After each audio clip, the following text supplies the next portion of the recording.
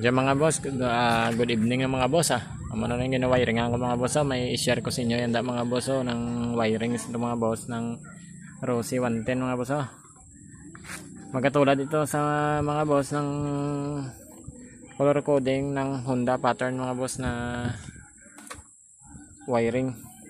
Yung mga XRM 110 magkatulad sila mga boss. Yan, bali i-share ko na sa inyo mga boss. Tuturo ko itong dito sa mga boss sa set na niyang on and off, high and low, signal light, tsaka busina. Yung starter sa boss kabila yan Yan. Una tayo mga boss sa busina.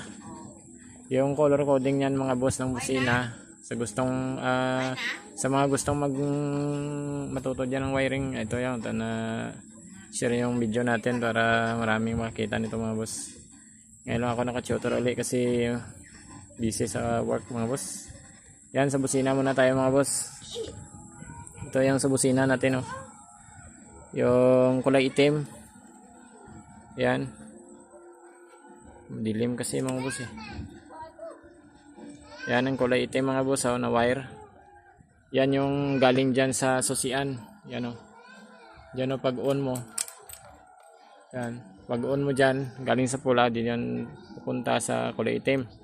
Tapos pag pindot mo ng busina mga boss, yung live ng busina ay lalabas dito sa yung parang green mga boss, pero hindi siya green na puro.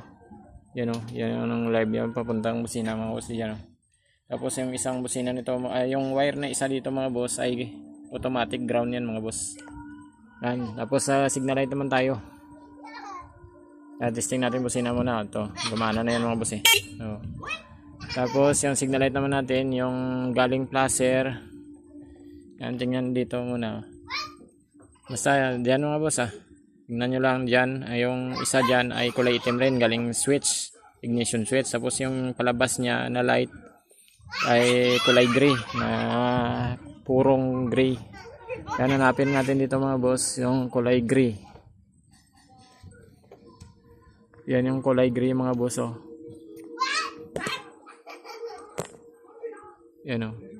Yan, kulay gray yan mga boss. Yan yung nang galing placer. Tapos pagpunta dito sa loob ng switch, yung left and right ito na yan mga boss. Yan ito yung left yung mga boss, yung orange nya. Tapos itong right nya yung parang sky blue nya. Yan, testing natin. Yan, kabila naman.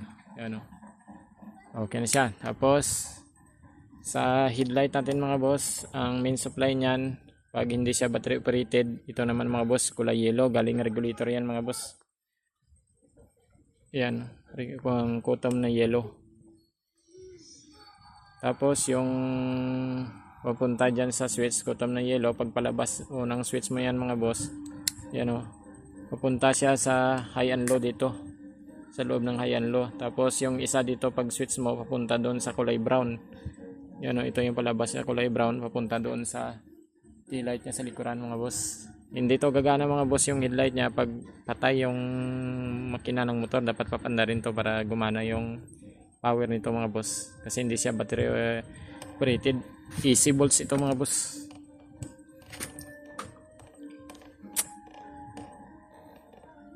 Yan mga boss yung